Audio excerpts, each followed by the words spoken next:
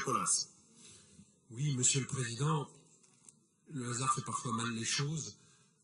Nous avons eu ce matin un débat de bonne tenue, intéressant, riche. On devrait le saluer, malheureusement, simultanément. Alors que nous allons adopter cette convention, sans doute, tous les trains entre Lyon et Chambéry ont été supprimés depuis hier matin et jusqu'à demain matin.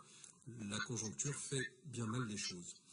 Nous voulions saluer ce débat et saluer l'adoption d'un certain nombre d'amendements, et en particulier l'amendement numéro 149 sur la présence humaine. Vous avez compris qu'il était important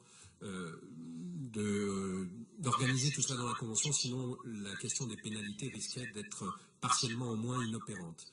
Nous sommes dubitatifs quand même sur la question des pénalités aux trains annulés, en particulier en heure creuse. Nous craignons fortement que la direction de la SNCF utilise ce qu'il y a décrit dans notre convention actuellement pour remplacer ces trains d'heure creuse par des cars et faire ainsi un petit peu de gras qui lui permettra d'amortir les pénalités qu'elle aurait à payer par ailleurs.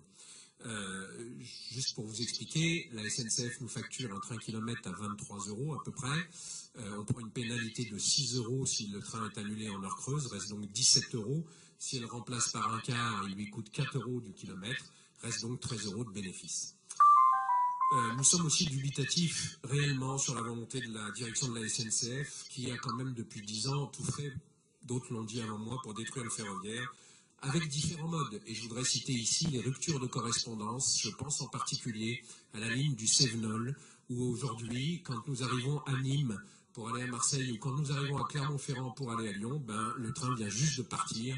C'est un bon moyen pour diminuer le nombre d'usagers dans les trains et ensuite justifier de la suppression de ces derniers. Enfin, nous pensons que vous faites une petite erreur en refusant d'aller sur le développement de l'offre et l'ouverture de certaines petites lignes. Je pense pour le développement de l'offre à Lyon-Saint-Étienne, je pense bien sûr à la rive droite pour l'ouverture de lignes, parce que comme vous le dites souvent, si on se contente d'assurer l'existant, souvent on régresse. Par contre, quand on est ambitieux, un peu plus, volontariste, on progresse au moins un petit peu. Pour toutes ces raisons, nous avons décidé de nous abstenir sur cette convention, bien évidemment. Merci. Merci, monsieur.